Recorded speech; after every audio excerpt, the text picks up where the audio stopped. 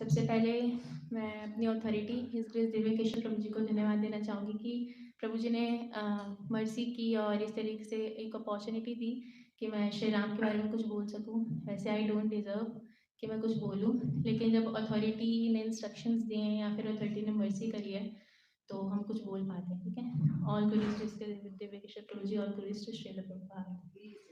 तो आपने पढ़ा होगा क्या था आज तो का टॉपिक, हाँ एग्जैक्टली। तो चिंता मत कीजिए, दिवाली नहीं मना रहे हम यहाँ लेकिन बहुत सारी टीचिंग्स हैं जब श्री राम वापस आए अयोध्या वनवास करके।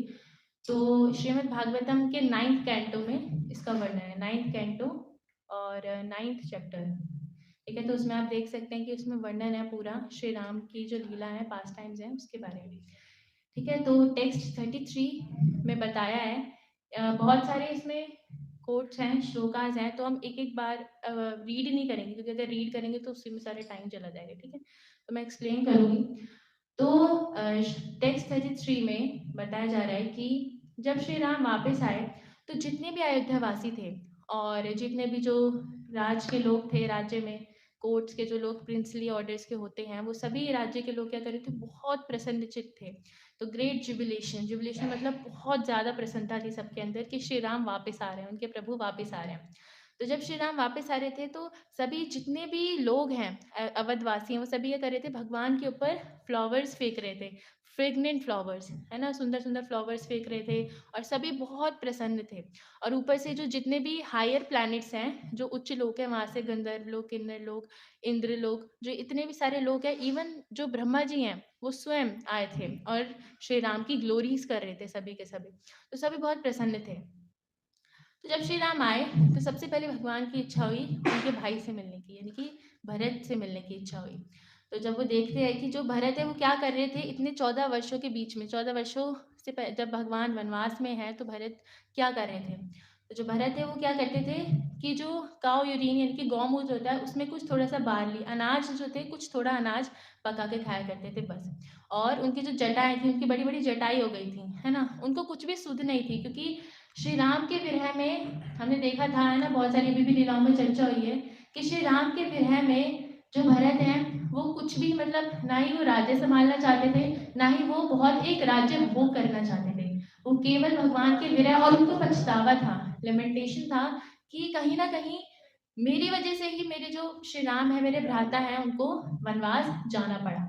तो इस तरीके से वो इतने विरह में थे, इतने दुख में है, हरे कृष्णा, तो वो इतने दुख में है कि क्या सोच रहे हैं कि मेरी वजह से हुआ है तो मैं भी कष्ट में रहूंगा, जब मेरे प्रभु कष्ट में है तो मैं भी कष्ट में रहूंगा। तो इस प्रकार से वो कुशा बिछा के सोते थे और साथ ही जो पेड़ की जो छाल होती है उसको अपना वस्त्र बना के भरत महाराज जो थे, भरत जी थे, वो पहनते थे।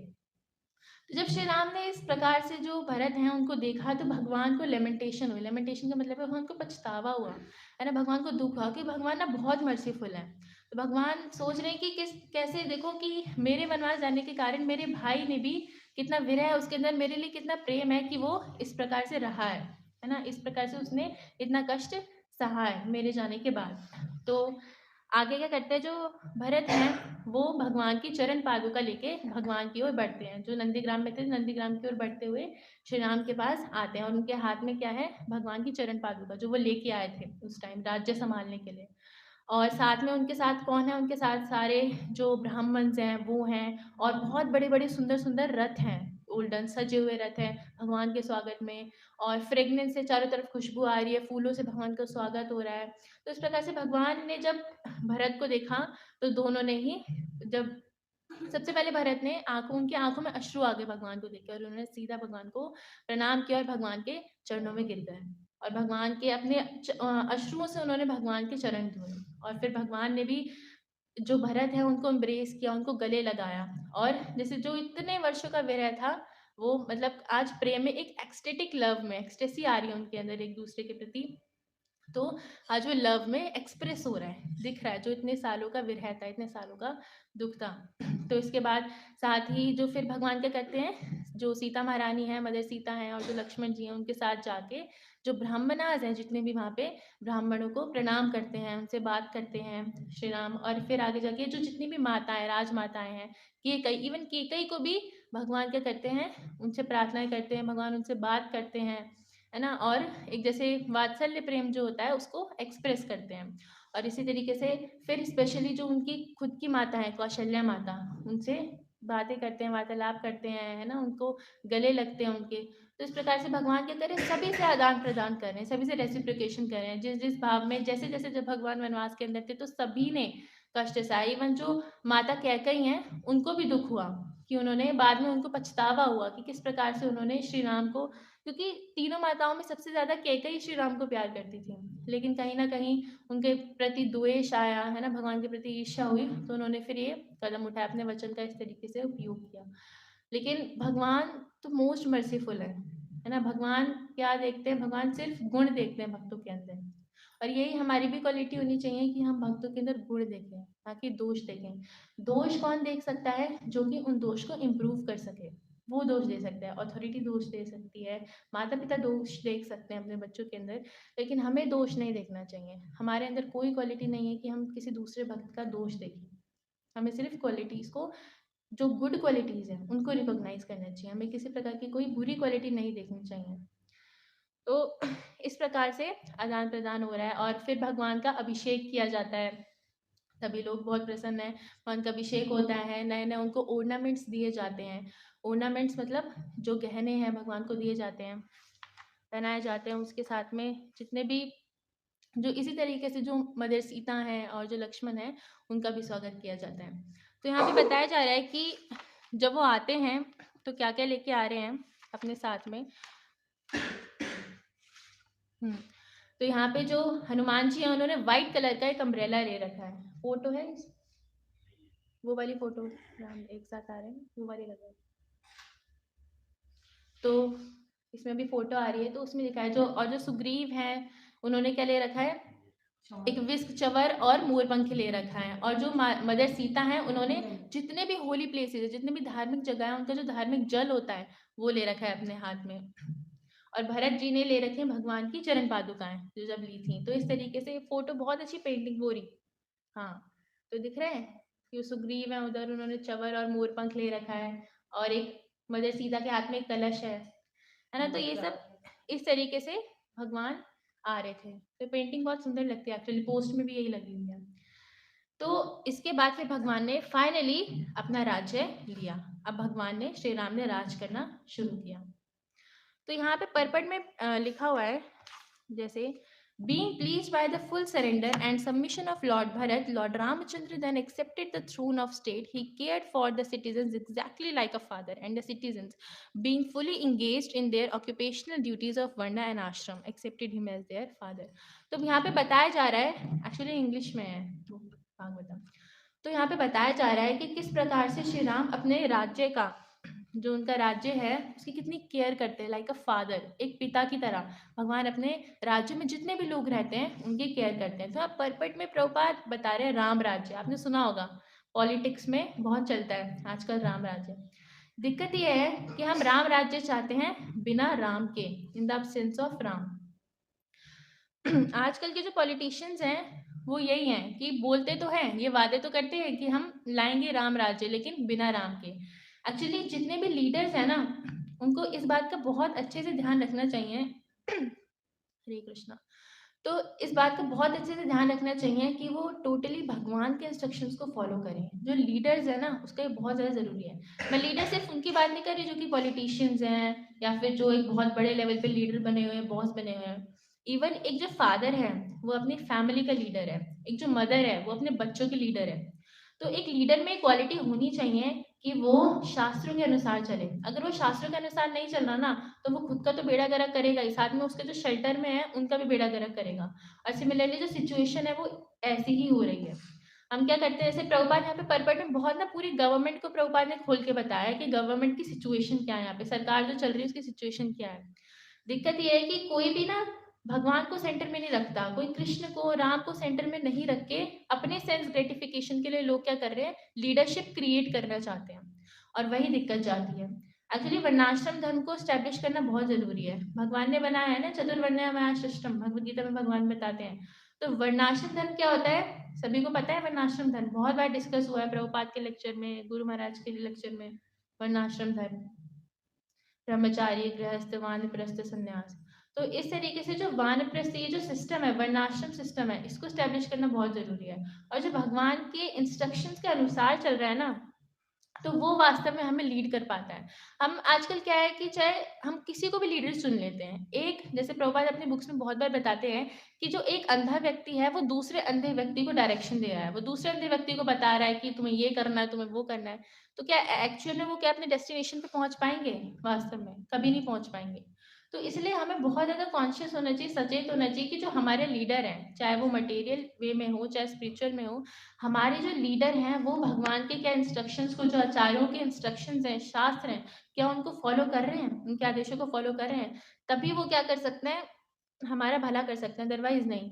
एक लीडर की क्वालिटी यही होती है कि वो जो उसके शेल्टर में है उनसे अटैच ना हो, वो उनके स्पिरिचुअल प्रोग्रेस के बारे में सोचे कि किस तरीके से आध्यात्मिक जीवन उस व्यक्ति का बचा रहे।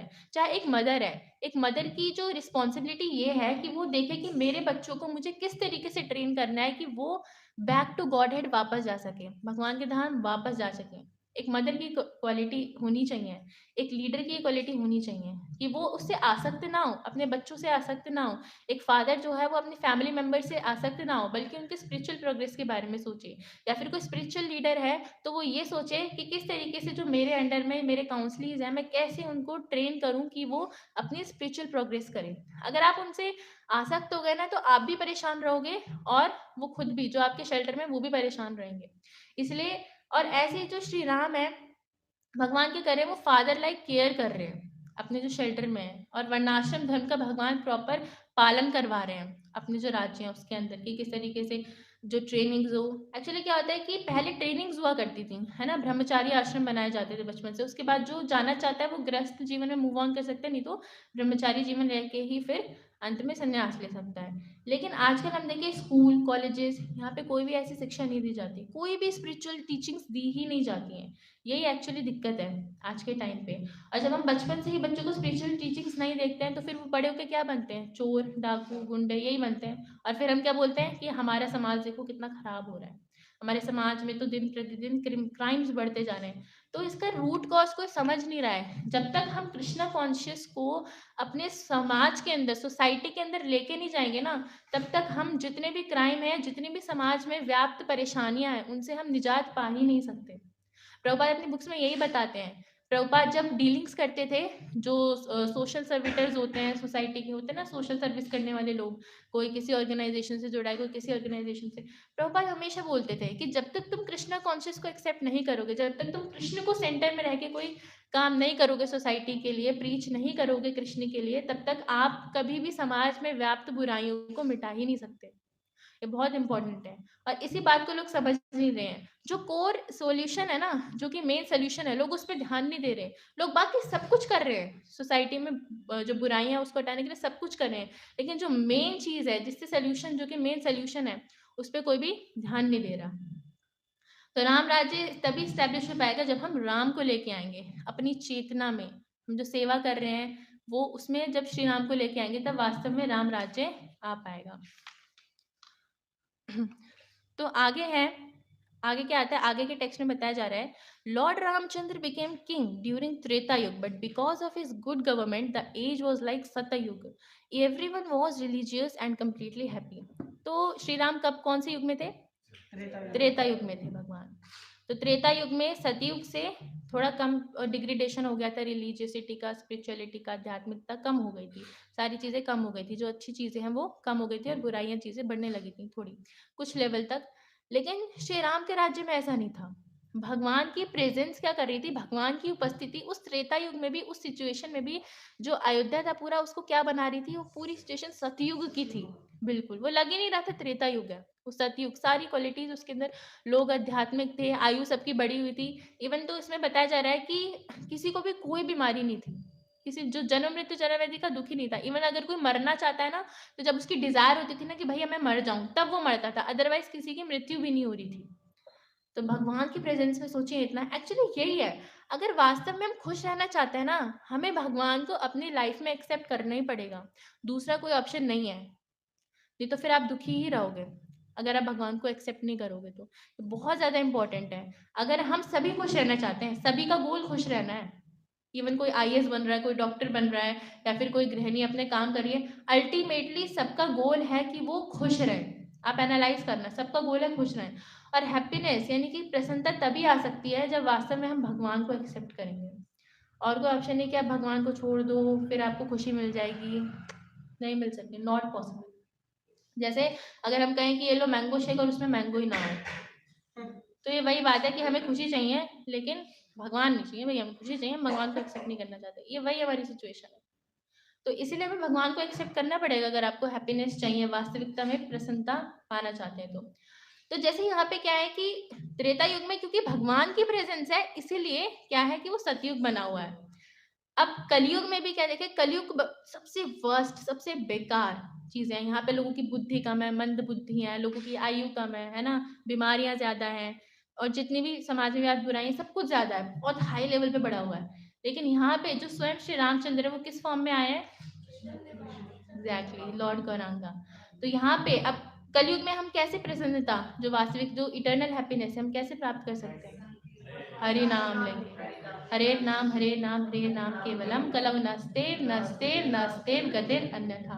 तो कलयुग में रह के भी भगवान ने हमें क्या दिया है? हरि नाम दिया है। तो ये भी सतयुग बन सकता है। इवन जिसमें प्रभुपाद बोलते थे कि जो हमारे टेम्पल्स है ना वो वैकुंठ है।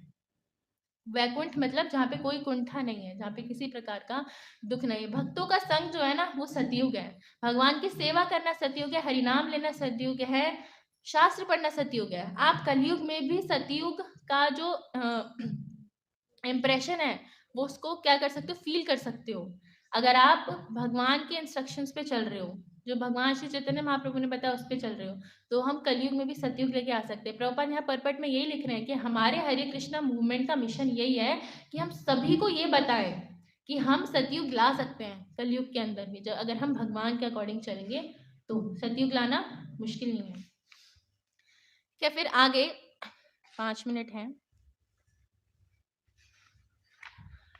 तो यहाँ पे आगे बताया है, जो सुखदेव गोस्वामी है वो परीक्षित महाराज को क्या बता रहे हैं कि जब श्री राम थे ना, श्री राम के प्रेजेंस में क्या था कि जितनी भी चीजें हैं, चाहे नदियां पानी देती थी बहुत अच्छे तरीके से, जो रिसोर्सेज है, एक्चुअली हमें सारी चीजें कहाँ से मिलती हैं?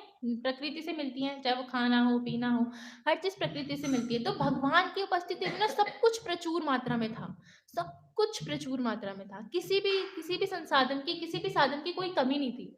एक्चुअली ऐसा क्यों था? क्योंकि भगवान की लोग सेवा कर रहे थे। आज हम देखते हैं लोग क्या बोलते हैं कि संसाधनों की कमी है भाई, है ना, हमारे पास ये नहीं है, हमारे पास चीजें नहीं, हमारे पास वो नहीं है ना, जनसंख्या बढ़ती जा रही है। एक्चुअली जब हम जो भगवान की शक्ति को अगर भगवान की सेवा में नहीं लगाएंगे ना, तो दिक्कत यही यहीं पे यही आएगी कि हम संसाधनों का उपयोग नहीं कर पाएंगे। हम क्या करेंगे, जितनी भी जनसंख्या हो हमें वो ज्यादा ही लगेगी। भगवान की जब तक हम शक्ति को भगवान की सेवा में नहीं लगाते तब तक हम दुखी ही रहेंगे, है ना, क्योंकि हमें शक्ति को भगवान की सेवा में लगाने का मतलब ये है कि जो चीजें हमारे पास हैं हमें उसको भगवान की सेवा में लगाना है। ठीक है, तो एक्चुअली क्या होता है कि हमारी फिलॉसफी क्या है कि हम भोग नहीं करते, ना ही हम त्याग करते हैं।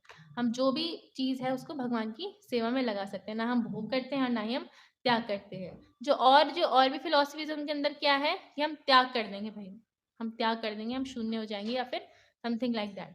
लेकिन हमारी वो टेंडेंसी नहीं है, हमारे पास जो भी है हमें भगवान की सेवा में लगाना है। तो जो भी चीजें हम भगवान की सेवा में लगाते हैं उससे क्या होता है कि भगवान को प्रसन्नता होती है। और वास्तविकता में जो शक्ति है भगवान की, जो अर्थ है, जो पृथ्वी माता है, वो एक्चुअल में हमें हर चीज प्रोवाइड करेंगी। जब वो देखेंगे कि हम उनके स्वामी की सेवा कर रहे हैं तो वास्तविकता में वो हमें हर चीजें प्रोवाइड करेंगी।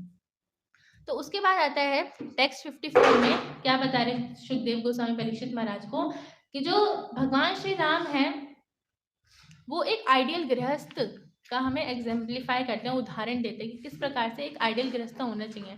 भगवान ने एक पत्नी व्रता लिया था कि मेरी एक ही पत्नी रहेगी, है ना?